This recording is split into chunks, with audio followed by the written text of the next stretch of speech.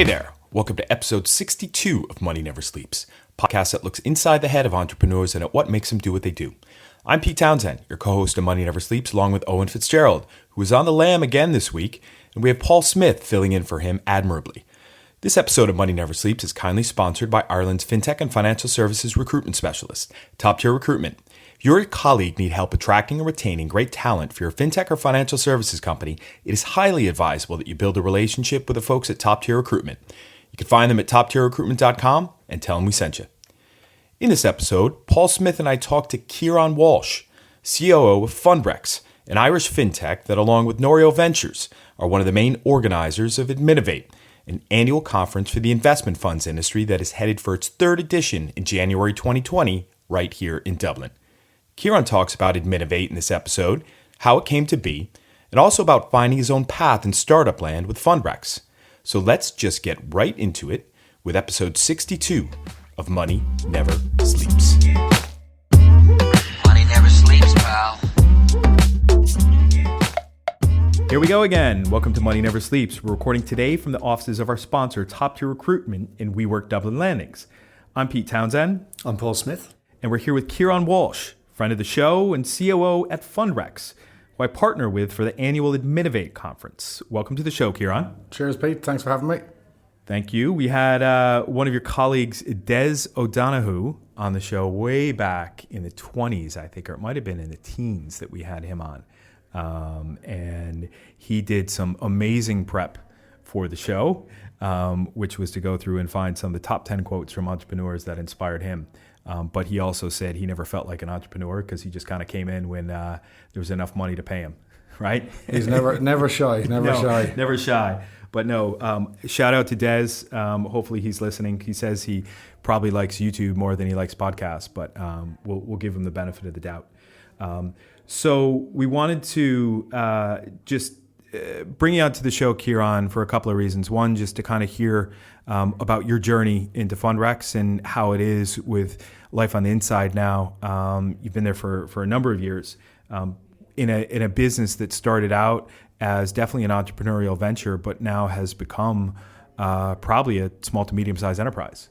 Even though it's, from a staffing perspective is, you guys aren't at 150, 200 people yet. Not just yet. Yeah. Just 14 so far. Exactly. But with the move of your CEO, Alan Meany, to the U.S., probably just a couple months ago, that now, as I've said to a few folks, it's not the world is your oyster, the United States is your oyster right now. Big time. Big opportunity there. So maybe just to get started, and I'll shut up now, but just tell us a bit about your backstory and what got you to this point, yeah? So I'm from Roscommon. I went to university in Galway and Bristol and started in the fund industry in 2009. Worked with State Street, SEI Investments for a number of years, Mercer, and then about 4 years ago I joined Fundrex. So we had a team of 5 when I started off. We had 3 clients and 3 modules, I believe. So we are now up to 14 team members across 3 locations. We're in Waterford, we're in Dublin, and we're in New York, as you said. So we've got 20 clients and we've got 9 modules across those clients. So we're servicing clients such as Link Asset Services, Apex Fund Services, MUFG, and Deloitte. So for a very small team, servicing some very big clients. It's brilliant. And I saw it, Alan put up on LinkedIn yesterday, is it 2,500 hedge funds that are now being reconciled on a daily basis on Fundrex? Correct. So that's across our 20 clients. We have surpassed 2,500 funds. So the next stop, Alan says it's 10,000, but I think we'll have to get to 5,000 first. I think we should aim for 24,000, whatever that number is, of the amount of money that we raised for charity with Adminovate last year. If you can get to 24,000 plus hedge funds, hopefully we'll keep sending that number up. Oh, we will surely. So we've already got some sponsorship sorted for Adminovate, so that number looks to be to increase this year an awful lot. We'll talk about that in a minute, but just in terms of what attracted you to joining a business with 3 other people? So I had worked with Alan Meany and Des O'Donoghue in SEI and I knew what they were about, knew they were very high achievers, and there was never any risk involved in joining Fundrex. I knew it was always going to be a success. Des said the same thing. After working with Des, I've been working with Des for 8 years, Alan for a little less, but everything that they touched always seemed to work out. There was always success behind them, and once they went out on their own, I knew it was always going to be a success. Okay. And how was the first year? What was that like? The first year was very, very different.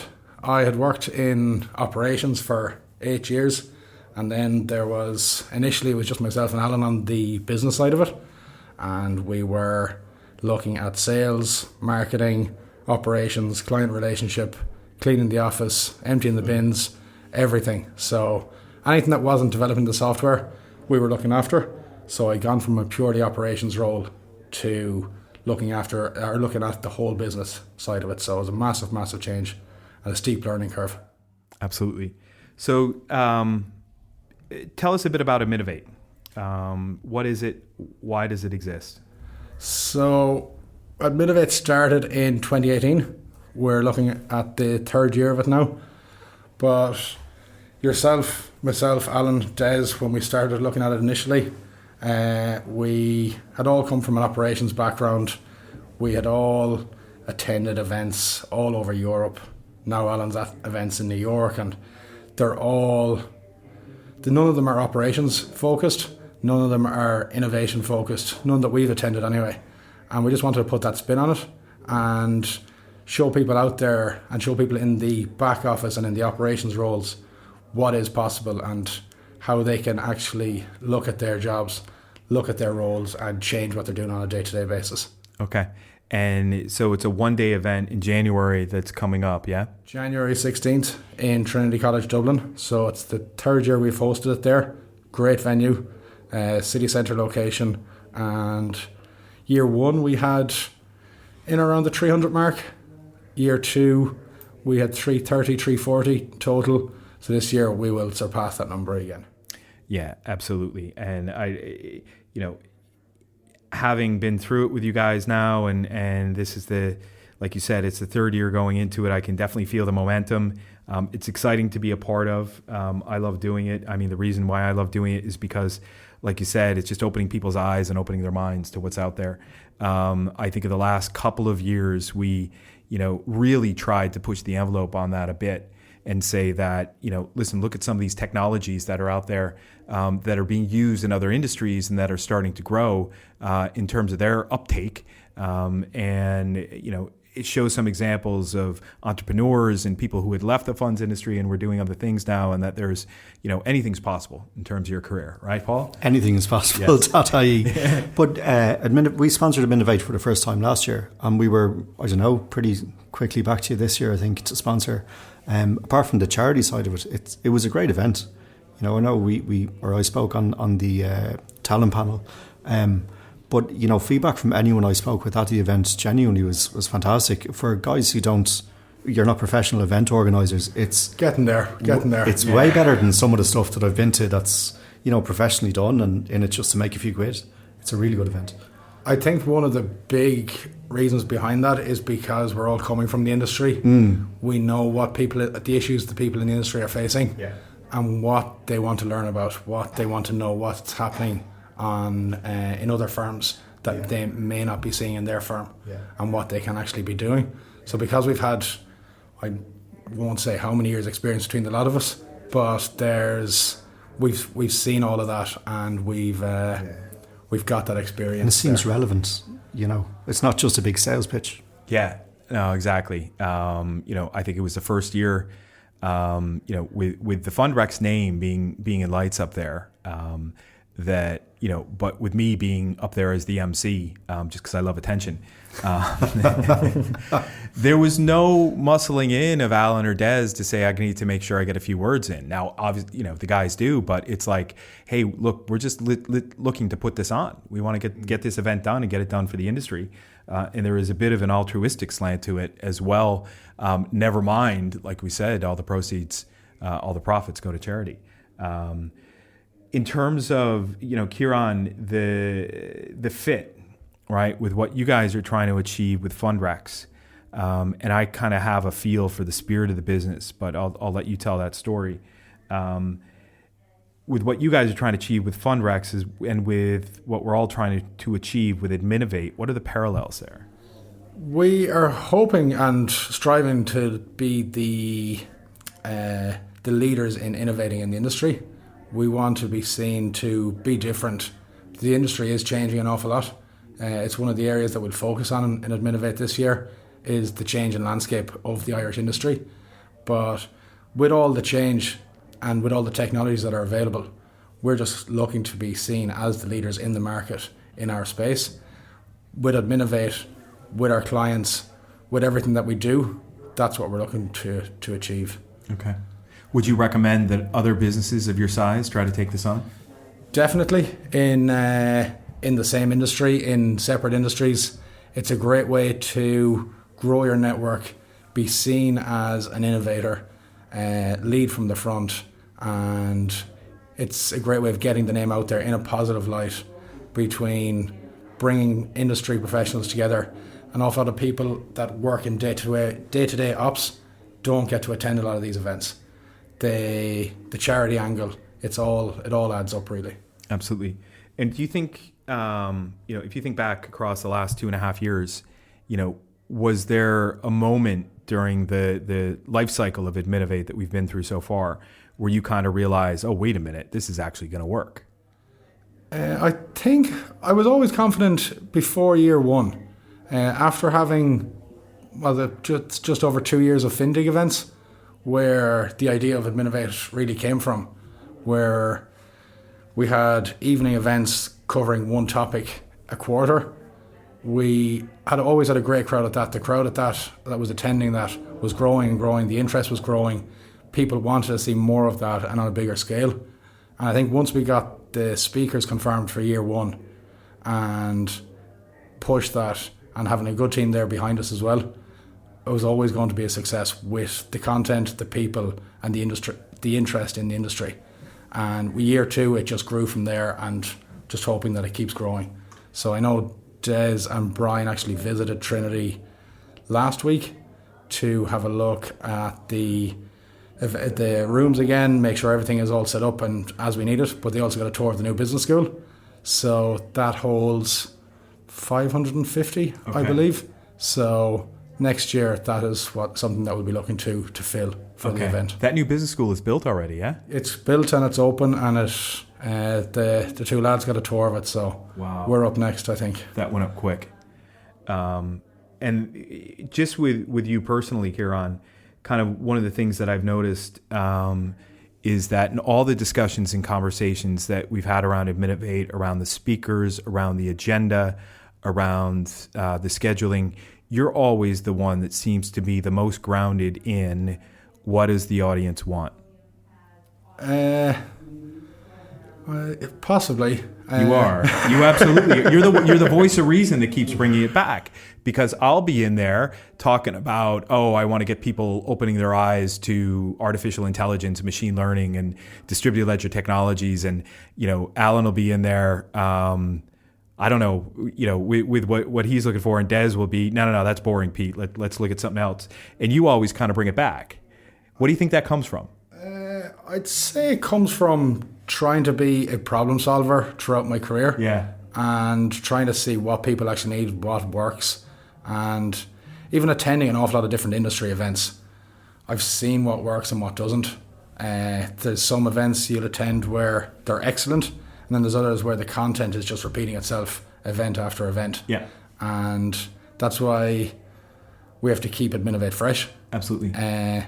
I know we've gotten an awful lot of feedback. One thing I've done is I've always kept track of the feedback. We send out surveys after year one and year two. We've looked for different suggestions on this year. So it's just having a look at that and making sure that what people have suggested, what people are asking for, is actually delivered. Because if that's not the case, we won't have a crowd there the following year. Absolutely. What should people expect this year? Is that still a closely guarded secret? It's a closely guarded secret, but we've a couple of topics lined out that will be very interesting, I think. We won't have the exhibition stands from all the startups this year. The concourse in the venue doesn't really suit when we're hoping for. We'll have a bigger crowd there, which means there'll be less space. And even last year it was a bit crowded. So this year, what we're offering to our startups and the tech companies that have exhibited is they will have an opportunity to do a 5-minute live demo on stage in between panels. So that should bring a nice change to it and something a bit more exciting, because it is feedback that we've got in the last few years that it's all well and good talking about the technology and what's out there. People actually want to see it in action. So we'll have 4 or 5 different 5-minute demos throughout the day. CP86. Possibly. Yeah. Hot topic. We were at an event recently where there was some content that was less than thrilling, and I think Kieran, as you said, listening to the crowd and listening to what people want to hear, you're the one that's most well grounded in that. But when we talk about these things and get into the conversation, get into the brainstorm, how do we arrange all this? How do we give them something that they're going to like? How do we give them something that's not going to be repetitive and cross over and people saying the same thing from one panel to the next, or that people actually talk about what's advertised, right? That it's hard to get that balance just right, and that you come up with an agenda and then getting the speakers. Sometimes the speakers and the personalities that you get then change the agenda a little bit. But one of the things that, Kieran, that you brought up that I thought was a fantastic idea was that, we keep hearing from people that, okay, in year 1 and year 2, you were talking about these different technologies, and it was pretty cool to hear about those things, but we're not seeing them yet, right? Why are we not seeing them? And so, we said, listen, there's something in there that is important, is that what is the technology driving out there in the funds industry today? Well, it is hopefully driving digital transformation. Digital transformation is hard. Digital transformation is a lot more about transformation than it is about digital, right? And that's one of the big things. So how do we position that in front of people? And that's one of the panels that I'm excited about trying to build and get to fill that out with speakers, is pointing out to people why it is that difficult, and that it's a lot more about cultural change. I was riffing on Twitter. It's mindset. Yeah. Completely mindset. Totally. I was riffing on Twitter with Grant Grieve, who is the head of innovation for Irish Life, over the weekend, believe it or not. Yes, Twitter over the weekend. Great fun. Someone said the other day on Twitter that Twitter seems to be a lot more fun over the weekend. Anyway, it was about just that. And I said, Graham, seems like you figured out that digital transformation is a lot more about transformation is about digital. He's like, yeah, it all comes back to people.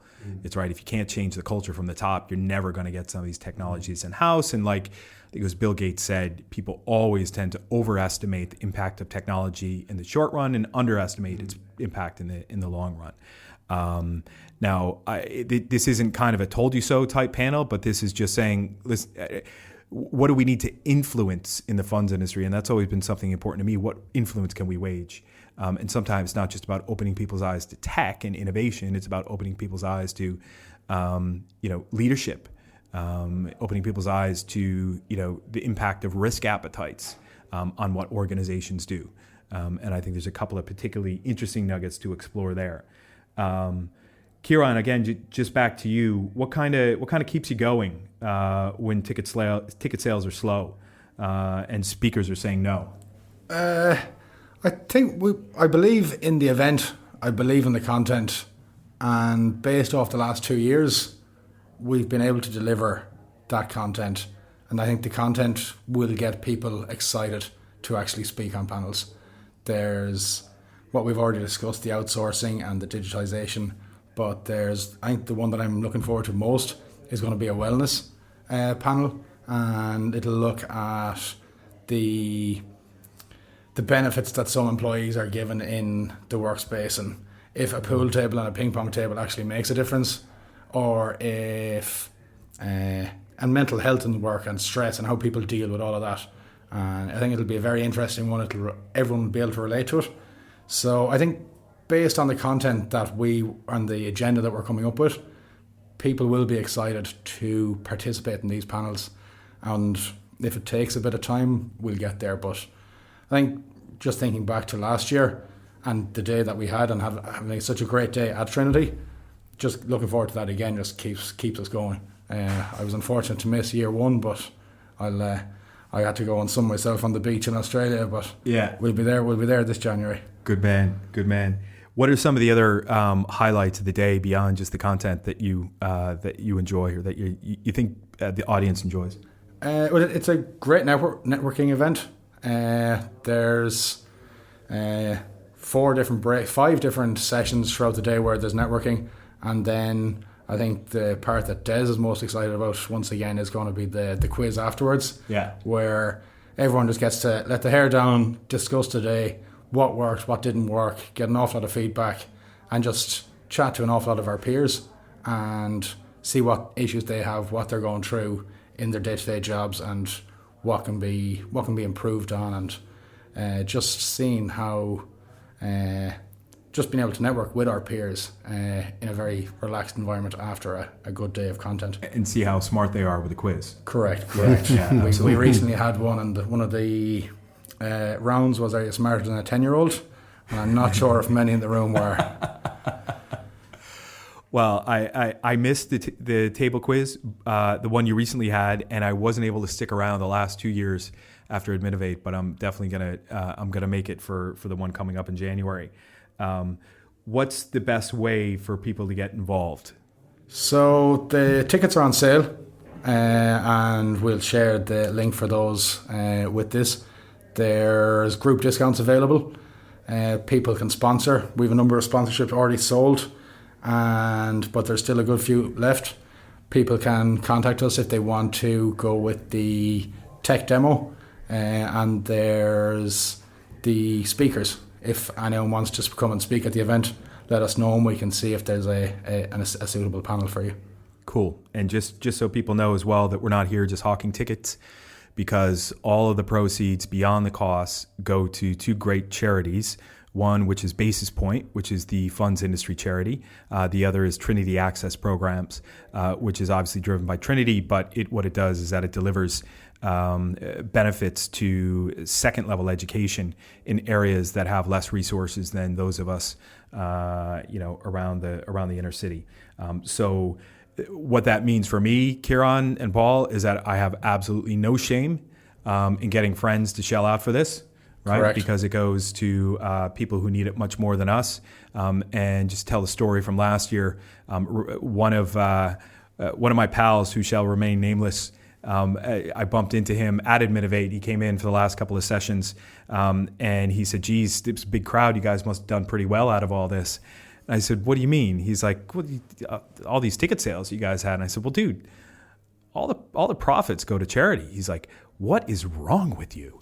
And I said, just listen, there are people here in this country, in the world, that need it more than we do, right? So give back, right, to the industry that built your career for, or that you built your career in. And we'll talk about that and Adminovate as well, is building your own career. How was your webinar that you did? Webinar was good. It's been a busy day so far, but we had over 60 people dial in for it. It was the second edition of our webinars, so we're going to have one every 2 months. And if anyone has any suggestions on what they'd like us to show, or if they want to get any further details, they can reach us. Awesome. Fundrex.com? Correct. And correct. Adminovate.Â. That's the one. Hopefully we'll buy the URL from the guys in Philadelphia, Adminovate.com, one of these days. We will. We'll need that once Alan sets up Adminovate on stateside. Awesome. And just a last question. What's one person that has had a big influence on your professional life or in your personal life? And don't say Des or Alan. Right. Were you going to say one of them? I was actually going to say both of them. Okay. Go for it. So I've been in the industry for 10 years. I've known the 2 lads for 8 of those years. Yeah. With Des, I worked very closely with him in SEI and in Fundrex. And an awful lot of the skill set that I have come from working on projects with him over...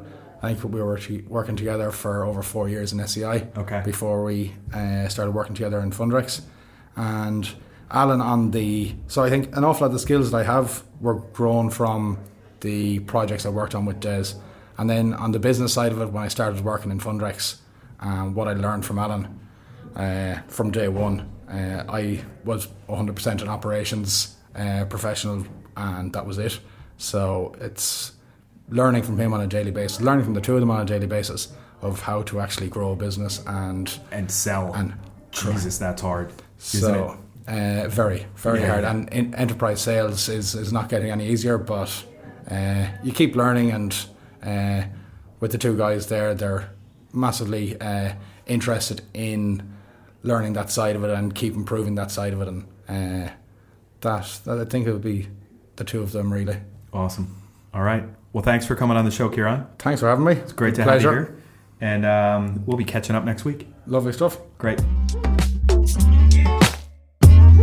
Money never sleeps, pal. That wraps it up, folks. Thanks to listening to us try to figure out why Kieran does what he does. Links are in the show notes for this episode on moneyneversleeps.Â, so check us out online. Remember, if you or a colleague need help attracting and retaining great talent for your fintech or financial services company, it is highly advisable that you build a relationship with a team at Top Tier Recruitment, as they really know their stuff. You can find them at toptierrecruitment.com. Also, thanks to Conan Brophy from Create Sound for recording and editing this podcast. As for me, I increase the odds of startup success. Get in touch if you want to lay the groundwork for doing something incredible or just shift into a higher gear. Finally, till next time, thanks for listening. See ya!